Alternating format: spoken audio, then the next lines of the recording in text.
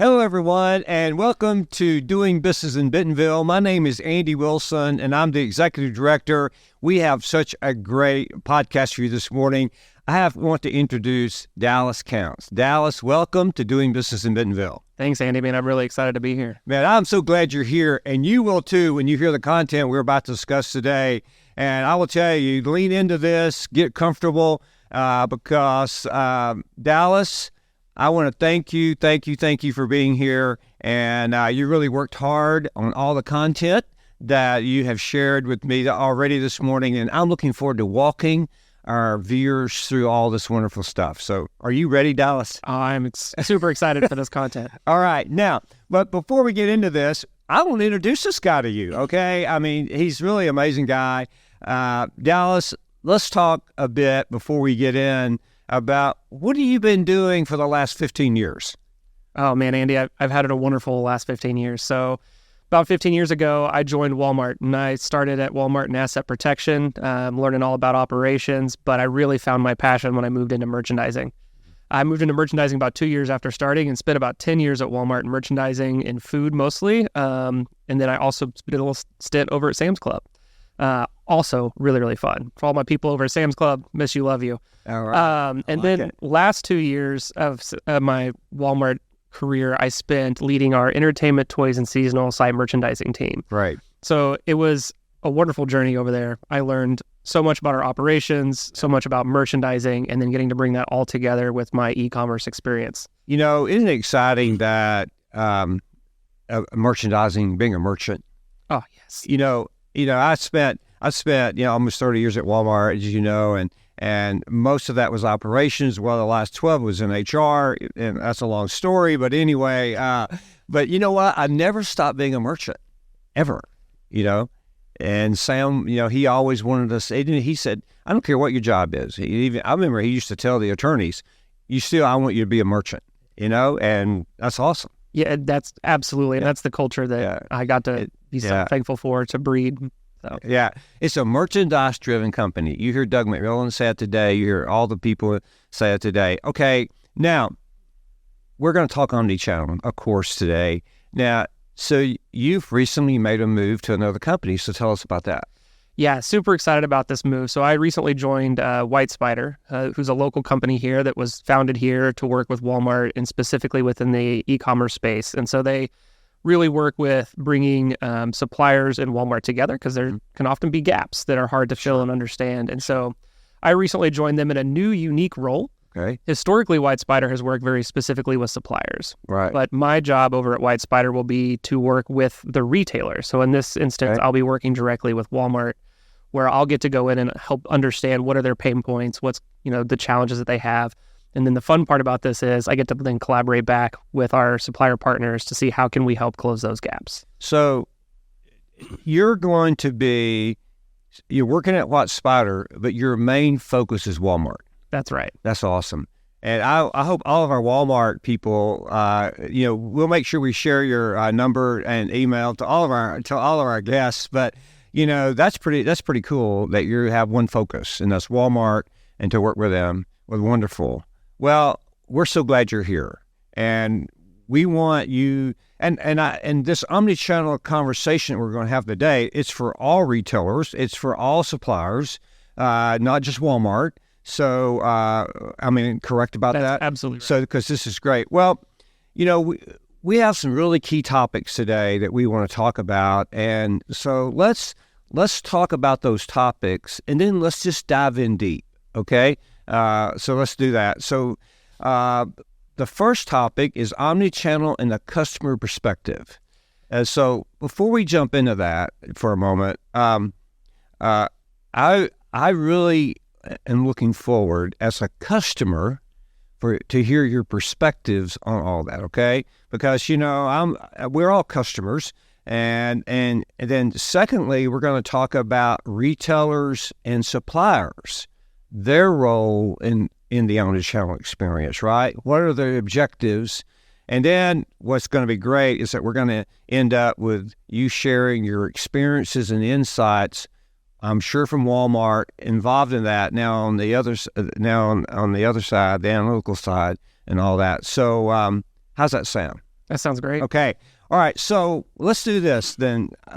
Let's get the expert here and let Dallas start talking about omnichannel and the customer perspective. So Dallas, share that with us. I mean, first, I just have to say the one thing, if I didn't learn anything else at Walmart, was it's the customer first, always, right? And so I felt like that is the perfect place to start when talking about omnichannel retail. You're going to be successful. You already get that. And not too many people, not everybody gets that. They're getting it.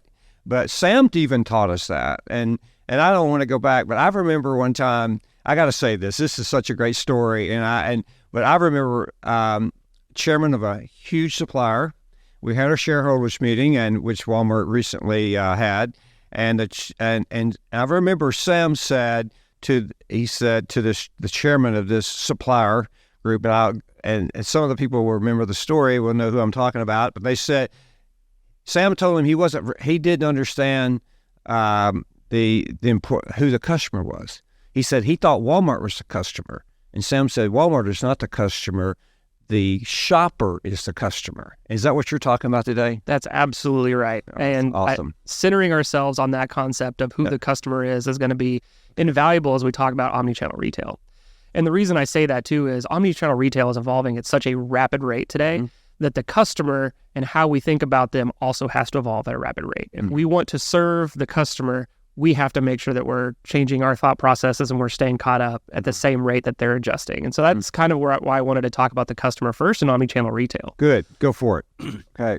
Yeah. So I think just defining omnichannel retail is a great place to start. And to me, this will be my take on what omnichannel retail is. I'm sure there's an official definition, but in my eyes, what omnichannel retail is really meeting the customer where they want to be met when they want to be met. So whether that's in a store, whether that's online, whether it's on an app on a phone, maybe it's on social media, maybe it's at an event, whatever it may be, but making sure that as a retailer or a supplier, we understand where does the customer want to be met. And the challenge here is in omnichannel retail today that I see is it's not as straightforward as it used to be.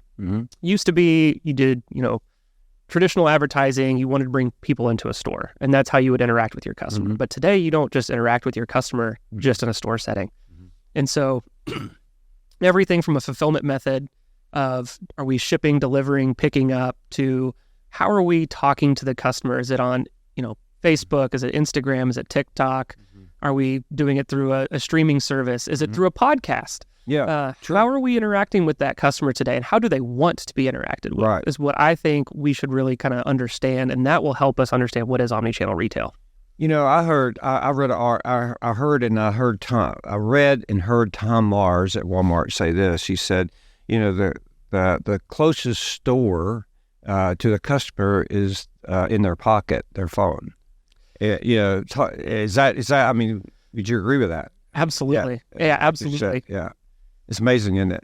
I mean, I know this morning I pushed an app and ordered something, and it will be delivered tomorrow. And that's pretty cool. That's super cool. And I think even with that, like my wife and I have gotten to that, we're doing 3 or 4 orders a week now, right? Like we're getting on and ordering from various different retailers. But the other evolution that's really interesting that I think that, is being pushed in the industry today is this in-home delivery. Okay. So how does a customer, again, how do they want to be served? A part of that omnichannel retail, there is now this new capability by Walmart where they can actually deliver the product not just to your door, but they can put it in your refrigerator, they can put it in your pantry, wherever you want it. Right. Which is going to continue to evolve how the customer wants to be met. Right. I think it's really cool. I'm a cyclist, and I was doing a gravel ride a couple weeks ago and went to a small town close to Bentonville, and so it's where this is one area they were doing drones, and so in Pea Ridge, Arkansas, I was watching the drones take off, a slingshot out, and then I was watching the slingshot catch the drones when they were coming in. And then Walmart has and other retailers also have a drone. Have you tried that experience yet? I have tried it. It was actually fascinating the very first time. I was still at the office when Walmart had one delivered to the home office, and everybody came out of the building and watched this drone come in. Yeah. lower their package down, and it was fascinating. But even on my street now, I've seen drones come deliver, at least a handful of times in the last month, deliveries to residents just on my cul-de-sac. It's pretty cool to be a customer today, isn't it? It's super cool to be. And what I love about, there's so much technology behind all of these delivery process and experience, and we're going to get a bit into supply chain and talk about that in a few minutes. Anything else around the customer perspective? No, I don't think there's anything that I would say at a high level at this point. Just more as we get into some of these deeper topics, there's going to be nuances that I think that will be fun to kind of dive into individually. All right. Well, the second objective that we want to spend some time on is the objectives for retailers and suppliers in the omnichannel retail experience. So again, the customer critical. And that's why we do what we do. Everything we do is for the customer, and I'm so glad that you're taking all of that knowledge and understanding over to your new role, because that will connect so well back to the Walmart side. So let's talk about the objectives for retailers and suppliers. So that's where we really get into the nuts and bolts of this. Absolutely. So I think as I think about the objectives for retailers and suppliers, I tend to go through this funnel of how do we engage with that shopper like we were talking about, and then how do they come through the journey into an actual purchase. Mm-hmm. And so at the top of this funnel, it's all kind of about customer acquisition. And so this is a really interesting topic today, because customer acquisition, as I had said earlier, used to be maybe about a commercial and getting somebody into a store. But that's not how simple of a customer acquisition is today. Today, with all the different mediums that we have that customers are engaging with at a very rapid rate, how do we bring those customers and tell them about the product or service that we offer, whether we're a supplier or a retailer? Mm-hmm. And then from that, how do we then get them into our ecosystem so that we can then give them the information they need to then transact on that service or product that they need? So at this top funnel, I think it's going to be a really interesting conversation just on how do you acquire or inform people about your product or your service. Mm-hmm. Okay, so how do you do that?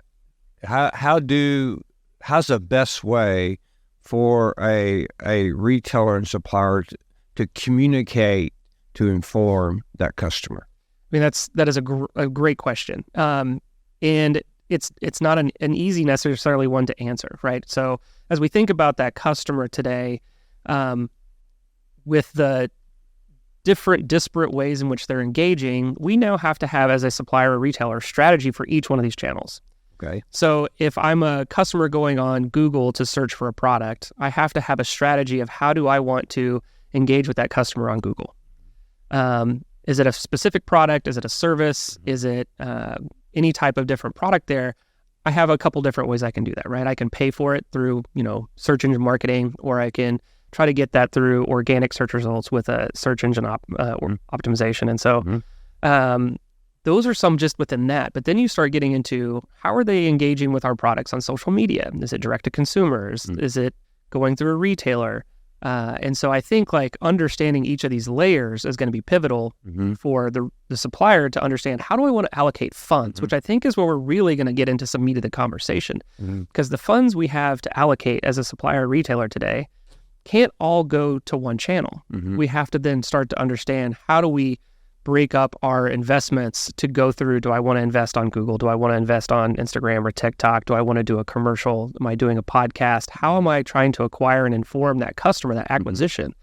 And I think this is a real big challenge today for retailers and suppliers, and when they work together, to be able to align on what are the priorities for each of those, the supplier / retailer, and then making sure that, again, you're always keeping the customer at the center of this. And so learning how to use those investment dollars that the retailers and suppliers have effectively across the channels is going to be the pivotal point that we need to focus on, and it evolves daily. There's actually one of the things Ryan Reynolds, I love what he has done. I don't know if you're familiar with some of the businesses he had, but he had Aviation Gin and a few others, and he has generated more of his wealth through his investments than he has through his acting career.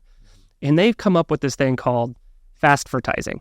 So fast advertising. Mm-hmm. Have you heard of this? I've heard of it, and I read about it in your article, actually, your details. I was going to ask you about it, so go into that because it was pretty fascinating. So go ahead. So to me, this is what's really fascinating, but also the challenge that suppliers and retailers have is today, because we ingest information at such a rapid rate, it's how do you stay relevant?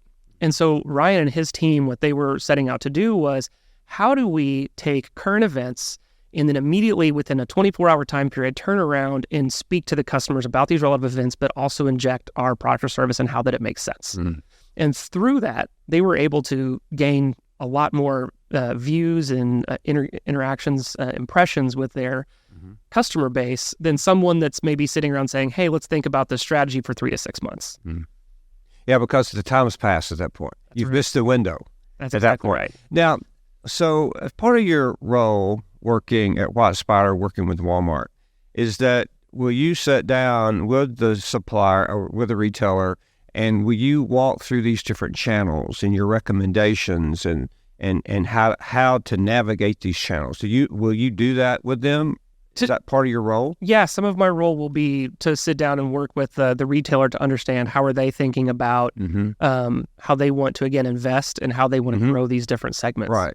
And then what I also am looking to do is spend time with our supply base to understand what are they doing so that I can try to help close this gap saying, hey, like retailer, your suppliers are wanting to go do X, but we don't have the capability of doing that today. Right. So how can we help build that functionality or that capability in tandem, either with the supplier or with the retailer so that we can make everybody successful? Right. Well, this is excellent. And you're really opening up, I think, if as from a retailer and a supplier, and in order to reach the customer that we began with, there's all these multiple channels, and then how you spend those resources in these channels in order to get what you want, and that's a return, and you grow your revenue and profitability. So huge role you have in order to navigate this with the retailers and suppliers. Was exciting. Okay, now, this is really good. This is really, really good. So you've talked about this. You've talked about the channel integration, I would call that. Now, also, let's talk about, as we get a bit deeper into this, okay? Because this is really good. Let's talk about supply chain. Let's talk about inventory, because as that's your largest investment as a supplier, as a retailer supplier. So talk about how you've talked about the channels on growing your business and getting to the consumer. Let's talk supply chain and inventory a moment. Yeah, absolutely. This has been one that, at the same rate that customers are changing how they interact with the retailers, it's also how fast we've had to change our supply chain, right? If you think about the suppliers and the retailers on this aspect, they've had to keep like blistering pace. And as you know, this is not one that is easily done overnight. Right. Supply chain takes more time, more investment, more capital. You have to build physical resources. And so I think this has been an interesting one, interesting conversation as the retailers and suppliers are evolving. So from a retail side, I love what Walmart has done with taking their stores and making those into fulfillment centers. But at that same point in time, that puts new constraints or new pressures on replenishment. It puts new pressures from the supplier standpoint of how they're placing their product, where they're placing the product, making sure that they're not putting their product in the wrong place at the wrong time, right? Because as we know, how fast a consumer gets to their product is key, right? We can't take a week, 2 weeks anymore to deliver a product. We need to be getting it in 2 days or less. And now with, the delivery from store, it's hours. It is. Yeah. And so the thing that I really see within this space that's going to be key is, from a retailer perspective, the balance of where we put our inventory and what assortment we put where is going to be really important. And I think that goes back to the supplier standpoint to understand, how do I think about what goes into a store versus what do I put into an FC? And historically, you tried to put as much as you could into a store, right? You wanted to get as much assortment as you could in there so that you could be everything to everybody. But now that we're leveraging those, the retailers are leveraging those as a fulfillment center, it actually becomes a little bit more difficult to put everything in there, because now your rate of sale on a product might go too fast, and then you don't have anything on the side counter for a customer to buy that's in the store. Right. So it's really interesting to see, how do we think about evolving this, and how do we think about making sure that we've got the right product at the right time. And actually at White Spider, we have a program called DCP, which is all about helping suppliers understand fulfillment channels and making sure that they've got the product in the right place, and that we're distributing that inventory, that massive investment that they're making, efficiently. Right. Correct. Well, I can see this is critical, and just it is just as critical, and it's not more critical than the customer, because they're number one, but it is critical to success of your business to have the inventory. And you're right, it's extremely complicated. So this new program this program you have at White Spider, and what's the name of that? It's called DCP. Okay, so what's that stand for? I knew you were going to ask me that. Yeah. It's okay. Now, forgive me, I'm only 5 weeks in. That's okay. Well, that's all right. Well, it's not important, but you know what it is. Well, so you're able then to take this program and help the retailer and supplier. That's right. Know where their inventory is, the rate of sale of that inventory, and how much of that inventory they should have, and where they should have that inventory. That's right. It really it kind of comes down to the fundamentals of, how are their sales coming in? Are they FC sales? Are they in-store sales? Are they pickup and delivery sales? Okay. And within that, then we can help them understand very pinpoint geographically that there may be a challenge in Colorado where maybe we're not holding enough inventory at a store versus the FC. Okay. And the intent here is really just to make sure that we help them maximize. Because the other thing is, as you were talking about, the customer is always the best, right? We've got to make sure that we're giving them a good experience. Well, if we don't have inventory in the store for them to buy, we're gonna fall down on our experience. Right. This also comes back to advertising too, right? So if I'm a supplier and I'm advertising on a retail platform, and I'm driving this customer engagement, but then I don't have the product available for them to purchase how they want to purchase it and where they want to purchase it, then that's a fail point. Yeah. Well, that's excellent. Well, these are huge. These are huge things that you're sharing, great information that you're sharing. And so this integration of technology, data analytics, the collaboration between retailer suppliers, all that's critical. And that is really what you're doing. That's your role, isn't it? This right. Whole integration from technology to data analytics and inventory and all, that's critical. And you said something there, Andy, that I want to hit on. Sure. You said the word collaboration. Right. And I think that's something that we cannot talk enough about, because for all of us to be successful, whether it's the supplier or the retailer, or it's agencies like White Spider that are coming in, we have to be able to collaborate. The only way that we're going to be successful and to be able to continue to serve the customer as they want, it's going to take that ability for us to sit down, have those conversations, and understand what those pain points are, and share fluidly between the two. Right. We can't have these walls go up between retailers, suppliers. We have to now more than ever be able to sit down and collaborate. And I love that word, the collaboration word, right. To be able to uncover what is preventing us from being best in class for our customers. And Dallas, I think you'd be great at that. I really do. And I'll tell you why I think you'll be great at it is that you spent your first 15 years of your career working with a customer, working with a major retailer, working in different areas in merchandising and all of that. So you have a great understanding of that. Secondly, now you're with an analytical company that can take all this data and look at all these different channels, and then how you position yourselves for success. And of course, the customer wins. And then when they do, so does the company, the retailer, supplier, no question. So that's wonderful. Now, there's a couple articles I want to call our guests' attention to at dbbnwa.com. That's our website. And there's two articles strategies that take your brand from DTC to omnichannel success. And the second article is the importance of technology in omnichannel strategies. We're talking about both of those.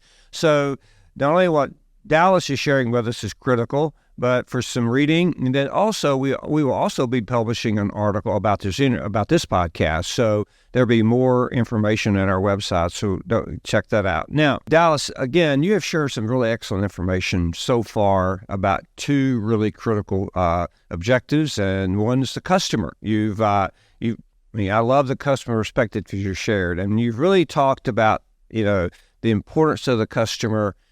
Everything we get up and do every day is for the customer, and you shared that. The second thing, though, I think that's so critical that I know our listeners and our viewers will love all that you've talked about is the objectives for retailers and suppliers. Great detail inside all of that from the standpoint of looking at all the different channels, talking about supply chain. All of that is excellent. Now, with your vast knowledge of all of this, you spent over 15 years working on the retail side, which is awesome. Now you're on working with the analytics side of the business and how you're going to help suppliers and retailers to really serve that customer very well. So, what are your final thoughts? I mean, you've given us a lot of great information. If you were to say, okay, to the retailers, suppliers, and to our listeners and viewers today, here are three things. It's critical. Sum all this up. What would those three things be? Yeah, absolutely. To sum that up, I mean, we've talked about it a ton, and I don't know that I need to keep hitting on it, but if you don't keep the customer at the center of everything you do, you're probably not marching in the right direction, right? So that's the number one. Never lose focus on the customer. Number two is really going to be about speed. How fast, how long are you taking to make these decisions? There's some great quotes out there. Yeah. It was Jeff Bezos that said, if you're using more than 70% of the information to make a decision, you're moving too slow. Wow. And that's more true now than it has ever been. Right. And just on that, this is just a random data point, but I think illustrates how fast customers were moving. In November of 22, so what is that, 7 months ago, call it, OpenAI had only 100 million visits to their website. They're now averaging 1.8 billion visits to their website a month. Wow. So if you think of the speed of adoption, the reason I say that is to give scale to the speed of adoption that customers and consumers are using for new technologies, for how they want to be interacted with. So this focus on speed is going to be critical. Right. We cannot let speed get in the way of being good advocates for our consumers. And then lastly, I think it comes back to this collaboration, but I'm going to add a piece to this. Sure. So this collaboration aspect that we talked about is very important. The next part of that is data. How are we using data at speed with collaborating retailer, supplier, agency together to make sure that we're making these decisions quickly and that we feel really good about, the fiduciary responsibilities that we're doing for our customers and for our that we're doing for our retailers, for our supplier base, and for our customer base. Because we got to make sure that we're managing our expenses well so that we can provide the lowest cost option to our customers, but we can't sacrifice investment to not serve our customer where they want to be served. Right. Critical. Those are three critical steps. And wow, what a phenomenal conversation, Dallas, this morning. I want you to know how much I appreciate your insights. I really enjoyed talking about the customer's perspective. I love your thoughts around retailers and suppliers. What's some great information. Now, I want you to come back. I would love to come back. Now, because what you're going to be doing most days of your life, you're going to be in depth focused on these things: suppliers, retailers, and the customers. Right?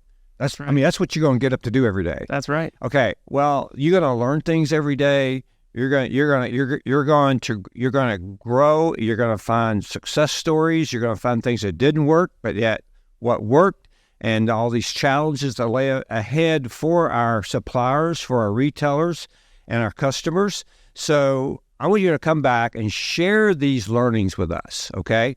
So hey, he's coming back. You heard him say it. He's going to come back. Coming back. So stay tuned. So we will have Dallas Counts back on very, very soon.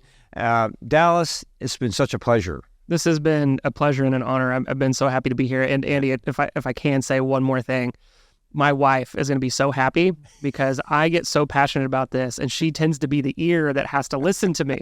So having a venue other than her, she's going to thank you. She's going to send you presents to allow me to have this opportunity so that she's not the only one that has to listen to me.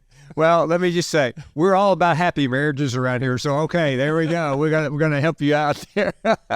Okay. Well, thank you all so much for listening today and watching today. We really appreciate you so much, all of our listeners.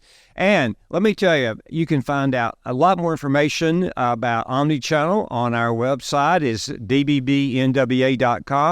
Also, check out wherever you get your spot. You can check out Spotify, YouTube, Apple, wherever you get all of your streaming, your podcasts. That's where we will be. That's where we are. Stay tuned and check our website, and then subscribe to our website so you don't miss one episode that we've got coming to you, that you don't miss one article around all of our learnings on Omnichannel. Thank you again, Dallas. Thank you so much for being here. Thank you so much for having me. Okay, thank you, everyone. Goodbye.